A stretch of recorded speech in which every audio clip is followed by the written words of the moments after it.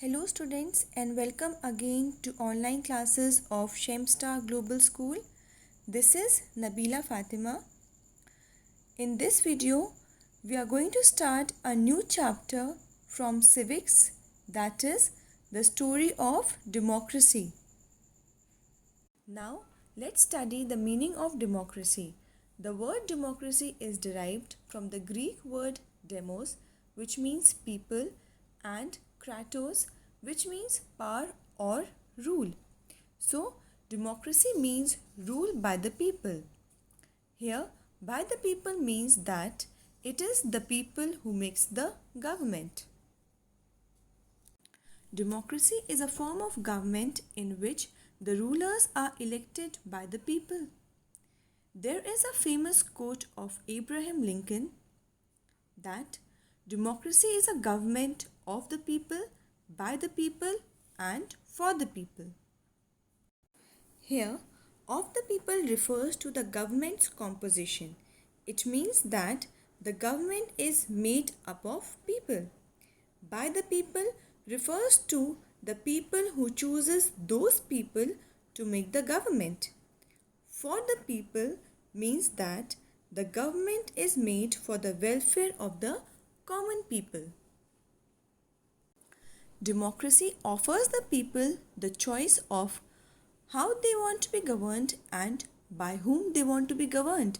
In other words, it allows participation of people in the functioning of the government. The two important principles of democracy are equality and freedom. Equality means that all the people are equal before the law and each one should be given the same benefits and opportunities. It also states that no individual can be discriminated on the basis of religion, race, caste, place of birth, or gender. It also abolishes untouchability. There are many freedoms which are given to common people in democratic government, like there is a freedom of speech, freedom of thought, freedom of religion, freedom of expression, freedom of assembly, freedom to choose their own government in an election by giving votes. Now, let's study about the history of democracy. First is the birth of democracy in Greece. Democracy first started in Greek cities where people gather in one place to make laws. It is considered as the birthplace of democracy. This form of democracy is known as direct democracy, where people directly participated in the process of governance without any intermediaries or representatives.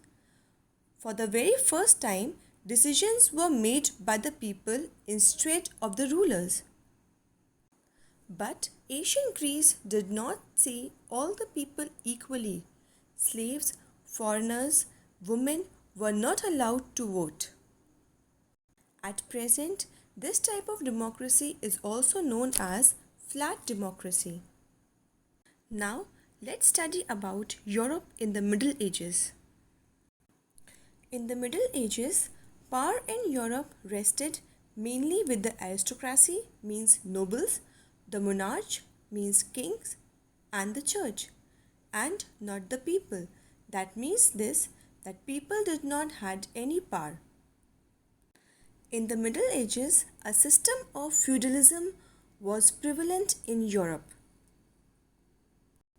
Feudalism was based on exchange of land and services.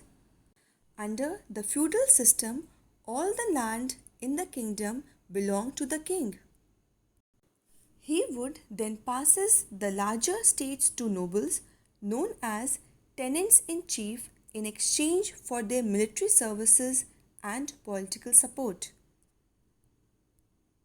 These nobles then passes the smaller portion of the land to other people and then they passes the land to the farmers. The king, when passes the land to the nobles, became overlord. and the person receiving the land became vassal, and the land is called fief. Everyone in the feudal system below the king was the vassal, even the nobles. But in the later Middle Ages, feudalism came to an end. Afterwards, they started following a system of representative democracy where people democratically elected government officials to make decisions on their behalf. This is also known as indirect democracy. Legislative bodies, which were composed of representatives of various groups, began to emerge in Europe. So, with this, we have completed 3 topics under this video. I hope that you have understood all the topics. Please watch the video carefully, and if you have any problem, then ask from me by putting your questions in the comment section. Thank you.